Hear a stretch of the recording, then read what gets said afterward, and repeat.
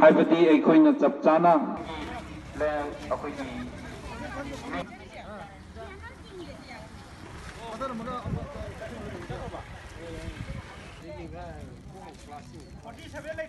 कैका सिंना अखोइगी माई मागी अंगम 47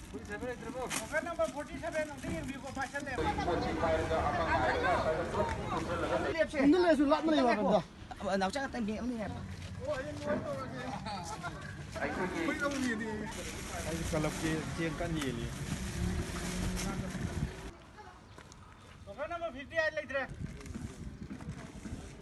तंबाकु लेबा इचिन नाउसिंबु होजिकान कोविड की ग्लोबल की क्राइसिस असिदा वाबम तमजिदा चिंग थोकपदु खुन की मीदु पाखंग सिंकाउरगा पोची लालपनी अखोई चिमी तमी अमतनी मणिपुर मचा अखोई मयाम से अमतनी चाही कया लिसिंग कया दिगी नुंसी चानना लेरकपनी हाइबगी खुदम हाइबतारे सक्तम अदो उत्प ओइना नखोइना हराउना वेलकम तौबिबा as a token of love ओइना लोबिबसे अखोई यामना हरावे मसिना ताकपदी अखोई मणिपुर से अमतनी नुंसी चानना मतम पुंबदा लेमिनगदबनी हाइबसे उक्चबनी लोइना नासिकुम COVID-19 अवाब तारबा मतम असिदा अखोई चिनाव तमदा लेरिबा मयामनसु अंगंबा लेबा खोप मयाम पुथोरगा चिंगदसु लोइना चटपीरगा खुन खुनदा मजुगी हराउबा थौकतबगी इंकोरेज की मेसेज से पीबीरगा अखोई मणिपुर से अमुका मसिगी तंजालाकपदा नाउना नुंसीनबा अमा पुरकलगा सेमकतसे तंपाक्ता लेरिबा इसिनाउसिंगी खरदोइसु खितंग मतिंग पांगजगे हना लाइसे मसि यामना अखोइगी अवा अना तारबा मतमदा अखोई अमतनी हाइबगी अचेतपा फिरेम अमक थोले हेना खली मरमदना अखोई सिंगदा लेरिबा पोतोक पुनमक सी पोराकाना तंपाक्ता लेरिबा इसिनाउसिंगसु अमसुंग अखोई यूसेमनसु मखोइदा लाकपसिदा अंगंबा कई अखोइगी ngamjabsu अखोइना पिजगना अहुम लक सुबा हाइबा तारे अखोइगी से एसेंशियल आइटम्स एंदोपगी एसेंशियल आइटम्स की मरक सिदा कोई चेंगसु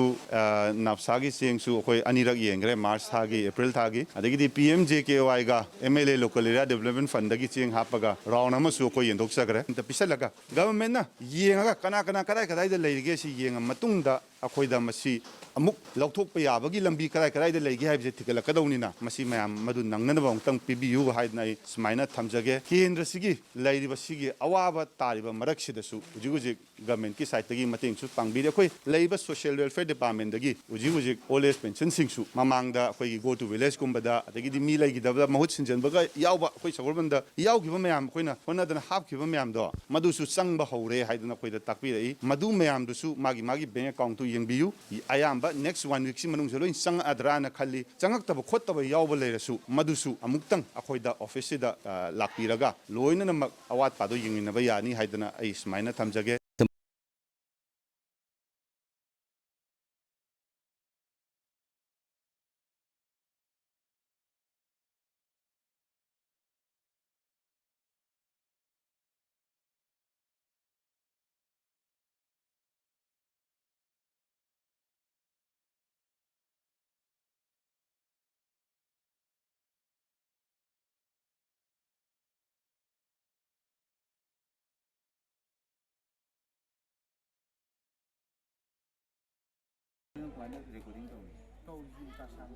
वीडियो रिकॉर्डिंग तो नहीं फुल रिकॉर्डिंग तो दे रहा था आदम तो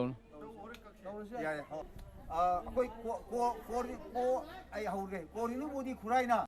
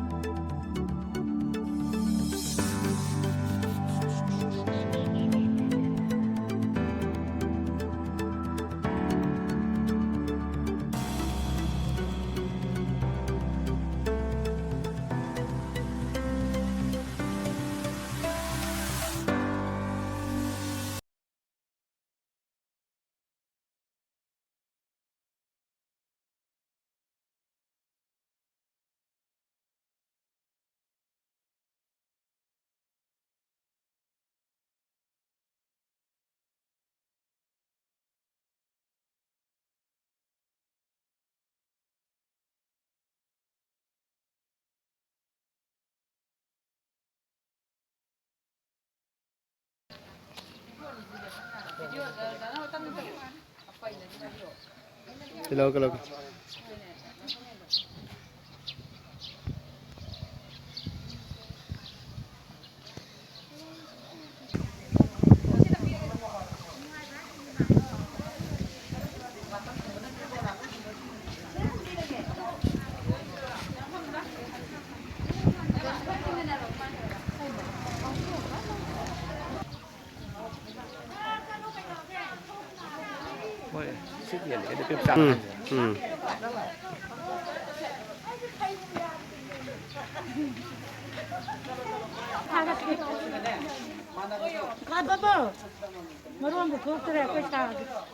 यार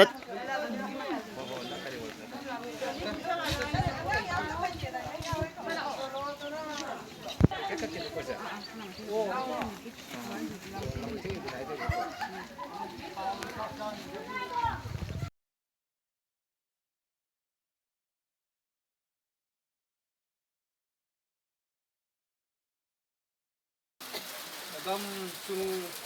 mi pi ho sa gen the COVID-19 ja gen the ta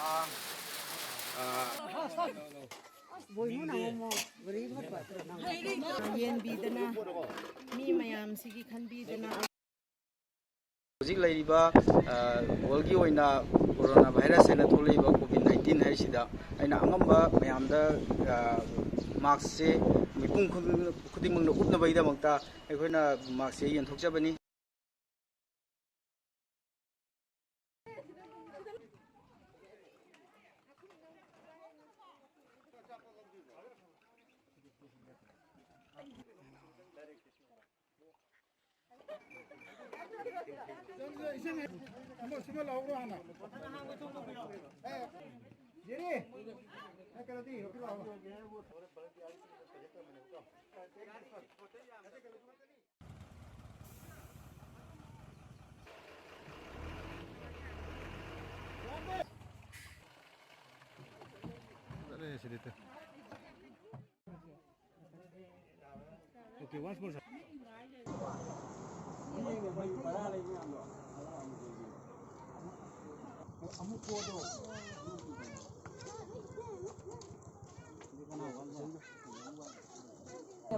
ꯑꯩꯈꯣꯏ ꯑꯃꯨꯛ ꯀꯣꯟꯅ ꯆꯤꯡ ꯌꯦꯟꯕꯅꯦꯕ ꯑꯃꯨꯛ ꯀꯣꯟꯅ ꯌꯥꯝ ꯀꯔꯤ ꯀꯃꯦꯟ ꯂꯩꯕꯤꯒꯦ ꯌꯥꯝ ꯅꯨꯡꯉꯥꯏꯖꯩ ꯁꯨꯃꯥꯏꯅ ꯇꯧꯕꯁꯦ ꯑꯗꯨꯝ ꯋꯥꯔ ꯃꯇꯝꯗꯀꯣ ꯑꯩꯈꯣꯏ ꯊꯧꯕꯥꯜꯗꯒꯤ ꯑꯃꯨꯛ ꯀꯣꯟꯅ ꯄꯤꯕꯅꯤꯀꯣ ꯑꯃꯨꯛ ꯀꯣ ꯑꯣꯜ ꯃꯅꯤꯄꯨꯔ ꯆꯥꯛ ꯀ꯭ꯂꯕ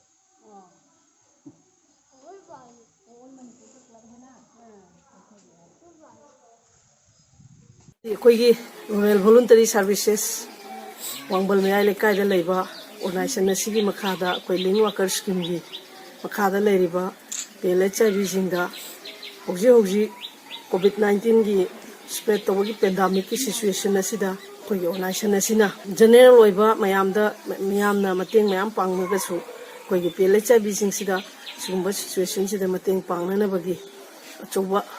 ꯁ꯭ꯇꯦꯞ ꯑꯃ ꯑꯩꯈꯣꯏ ꯂꯧꯈꯠꯆꯔꯒ ꯑꯩꯈꯣꯏꯒꯤ ꯑꯣꯔꯒꯅꯥꯏꯖꯦꯁꯟꯁꯤꯒꯤ ꯁꯥꯏꯠꯇꯒꯤ ꯁꯤꯆꯨꯋꯦꯁꯟꯁꯤꯗ ꯑꯉꯝꯕ ꯆꯥꯛ ꯆꯔꯥ ꯑꯃꯠꯇ ꯑꯣꯏꯔꯕꯁꯨ ꯑꯩꯈꯣꯏꯒꯤ ꯑꯣꯔꯒꯅꯥꯏꯖꯦꯁꯟꯒꯤ ꯇꯔꯐꯇꯒꯤ ꯃꯇꯦꯡ ꯍꯧꯁꯤ ꯍꯥꯏꯕꯒꯤ ꯋꯥꯈꯜꯂꯣꯟꯗ ꯉꯁꯤ ꯑꯩꯈꯣꯏꯒꯤ ꯑꯉꯝꯕ ꯃꯇꯦꯡ ꯈꯔ ꯆꯥꯅ ꯊꯛꯅꯕ ꯊꯥꯎ ꯊꯨꯝ ꯈꯔ ꯄꯥꯡꯖꯕꯅꯤ ꯄꯥꯟꯗꯦꯃꯤꯛ ꯑꯣꯏꯔꯦ ꯍꯥꯏꯅ ꯂꯥꯎꯊꯣꯛꯈ꯭ꯔꯕ ꯋꯥꯔꯜꯒꯤ ꯑꯗꯨꯝꯂꯕ ꯇꯝꯊꯤꯔꯕ ꯂꯩꯅꯥ ꯂꯥꯏꯆꯠ COVID-19 ꯂꯣꯛꯗꯒꯤ ꯉꯥꯛꯊꯣꯛꯅꯕ ꯑꯩꯈꯣꯏꯒꯤ ꯒꯣꯔꯃꯦꯟꯅ ꯊꯝꯂꯤꯕ ꯑꯊꯤꯡꯕ ꯂꯣꯛꯗꯥꯎꯟ ꯑꯁꯤꯕꯨ ꯄ꯭ꯔꯖꯥ ꯈꯨꯗꯤꯡꯃꯛꯅ ꯒ꯭ꯌꯥꯟ ꯇꯥꯕꯤꯗꯨꯅ ꯉꯥꯛꯅ ꯆꯠꯄꯤꯔꯒ ꯑꯩꯈꯣꯏ ꯃꯅꯤꯄꯨꯔ ꯏꯔꯝꯗꯝ ꯑꯁꯤꯗꯒꯤ COVID-19 ꯍꯥꯏꯔꯤꯕ ꯀꯣꯔꯣꯅꯥ ꯚꯥꯏꯔꯁ ꯍꯥꯏꯔꯤꯕ ꯂꯩꯅꯥ ꯑꯁꯤ ꯃꯔꯨ ꯐꯪꯅ ꯃꯥꯡꯍꯟꯕꯗ ꯑꯩꯈꯣꯏꯒꯤ ꯄ꯭ꯔꯖꯥꯅꯁꯨ ꯁꯔꯨꯛ ꯌꯥꯃꯤꯟꯅꯁꯤ ꯄ꯭ꯔꯤꯊꯤꯕꯤ ꯄꯨꯝꯕꯗ ꯀꯣꯚꯤꯗꯅ ꯑꯍꯨꯝꯁꯨꯕ ꯂꯥꯟꯖꯥꯎꯗꯧꯅ ꯇꯥꯁꯤꯜꯂꯛꯏꯕ ꯂꯥꯟꯁꯤꯗ ꯑꯩꯈꯣꯏ ꯗꯣꯛꯇꯔꯁꯤꯡꯅ ꯑꯅꯥꯕꯁꯤꯡꯗ ꯄꯨꯂꯤꯁꯁꯤꯡꯅ ꯑꯩꯈꯣꯏꯒꯤ ꯂꯣꯛꯗꯥꯎꯟꯒꯤ ꯍꯣꯝ ꯁ꯭ꯇꯦ ꯊꯨꯒꯥꯏꯕ ꯀꯥꯡꯕꯨꯗ ꯍꯣꯠꯅꯔꯤꯕ ꯇꯥꯟꯖꯥꯁꯤꯗ ꯄꯥꯎꯃꯤꯁꯤꯡꯅ ꯊꯋꯥꯏ ꯈꯨꯕꯥꯛꯇꯣ ꯍꯥꯞꯇꯨꯅ ꯑꯆꯨꯝꯕ ꯄꯥꯎ ꯄꯤꯅꯔꯒ ꯑꯩꯈꯣꯏ ꯀꯣꯚꯤꯗꯁꯤ ꯃꯥꯏꯊꯤꯕ ꯄꯤꯗꯕ ꯌꯥꯗꯦ ꯍꯥꯏꯗꯅ ꯍꯣꯠꯅꯕꯁꯤꯕꯨ ꯑꯩꯅ ꯏꯀꯥꯏꯁꯨꯝꯅꯕ ꯎꯠꯆꯕ ꯑꯣꯏꯅ ꯀꯔꯤꯒꯨꯝꯕ ꯈꯨꯗꯣꯜ ꯈꯔꯁꯤ ꯇꯝꯖꯕꯅꯤ ꯉꯁꯤꯃꯛ ꯃꯅꯤꯄꯨꯔ ꯄꯨꯝꯕꯗ ꯄꯤꯅꯔꯤꯕ ꯃꯌꯥꯝꯒꯤ ꯈꯨꯗꯣꯜꯁꯤꯡꯁꯤꯗ ꯑꯌꯥꯝꯕꯅ ꯄ꯭ꯂꯥꯁꯇꯤꯛ ꯉꯥꯛꯇꯅ ꯌꯣꯟꯕꯁꯤꯃꯗꯤ ꯑꯩ ꯌꯥꯝꯅꯃꯛ ꯌꯥꯖꯅꯤꯡꯗꯦ ꯃꯔꯝꯗꯤ ꯄ꯭ꯔꯤꯊꯤꯕꯤꯒꯤ ꯍꯧꯖꯤꯛ ꯏꯟꯚꯥꯏꯔꯟꯃꯦꯟꯒꯤ ꯄ꯭ꯂꯥꯁꯇꯤꯛꯅ ꯊꯣꯛꯍꯜꯂꯤꯕ ꯄꯣꯂꯨꯁꯟꯁꯤ ꯊꯤꯡꯁꯤ ꯍꯥꯏꯗꯅ ꯑꯀꯟꯕ ꯈꯣꯡꯖꯪ ꯑꯃ ꯆꯪꯁꯤꯜꯂꯤ ꯃꯔꯛꯁꯤꯗ ꯃꯥꯂꯦꯝ ꯄ꯭ꯔꯤꯊꯤꯕꯤꯁꯤꯗ ꯄ꯭ꯂꯥꯁꯇꯤꯛ ꯑꯣꯏꯕ ꯑꯆꯧꯕ ꯄꯣꯠꯂꯨꯝ ꯑꯃ ꯄꯤꯕꯁꯤꯃꯗꯤ ꯑꯩ ꯇꯧꯍꯟꯖꯅꯤꯡꯗꯦ ꯑꯗꯨꯅ ꯄ꯭ꯔꯖꯥꯁꯤꯡꯅ ꯌꯥꯔꯤꯃꯈꯩꯗꯤ ꯄ꯭ꯂꯥꯁꯇꯤꯛ ꯅꯠꯇꯕ ꯑꯣꯜꯇꯔꯅꯦꯇꯤቭ ꯊꯤꯔꯦ ꯍꯥꯏꯔꯒ ꯑꯩꯈꯣꯏ ꯈꯨꯗꯣꯜꯁꯤꯡꯁꯤ ꯄꯤꯁꯤ